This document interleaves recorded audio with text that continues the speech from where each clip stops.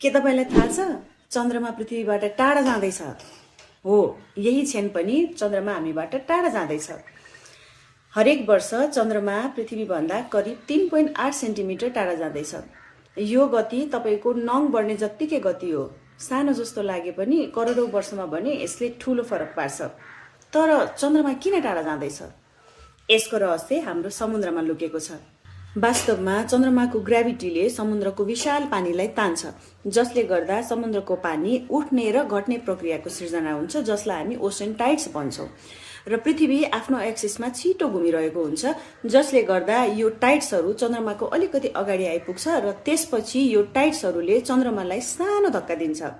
यो धक्का निकै सानो हुन्छ, तर अरबौं पटक यही धक्का दोहोरिराख्दाखेरि चन्द्रमालाई पृथ्वीभन्दा टाढा धकेलिरहेको हुन्छ। करोडौं वर्ष अघि चन्द्रमा आजभन्दा निकै नजिक थियो र त्यति बेला पृथ्वीमा एक दिन 24 घण्टा भन्दा पनि छोटो हुन्थ्यो। भन्नुको मतलब पृथ्वी छिट्टो घुम्थ्यो र आकाश पनि त्यति बेला आजको भन्दा फरक देखिन्थ्यो। तर वैज्ञानिकहरूले यो सबै कुरा कसरी थाहा पाए? वास्तवमा सन् 1969 मा एपोलो 11 मा अन्तरिक्ष यात्रीहरू गएका थिए र उनीहरूले चन्द्रमाको सतहमा एक विशेष प्रकारको ऐना राखेका थिए। आज पनि वैज्ञानिकहरूले पृथ्वीबाट लेजर लाइट चन्द्रमामा पठाउँछन् र त्यो लेजर लाइट त्यही ऐनामा ठोकिएर फेरि पृथ्वीमा फर्किन्छ र त्यो लाइट फर्किन लागेको समयको मापन गरेर चन्द्रमा र पृथ्वी बीचको दूरीको एकदमै सटीकताका साथ मापन गरिन्छ र यही मापनले चन्द्रमा हरेक वर्ष करिब 3.8 सेन्टिमिटर टाढिँदै गएको प्रमाण दिएको छ।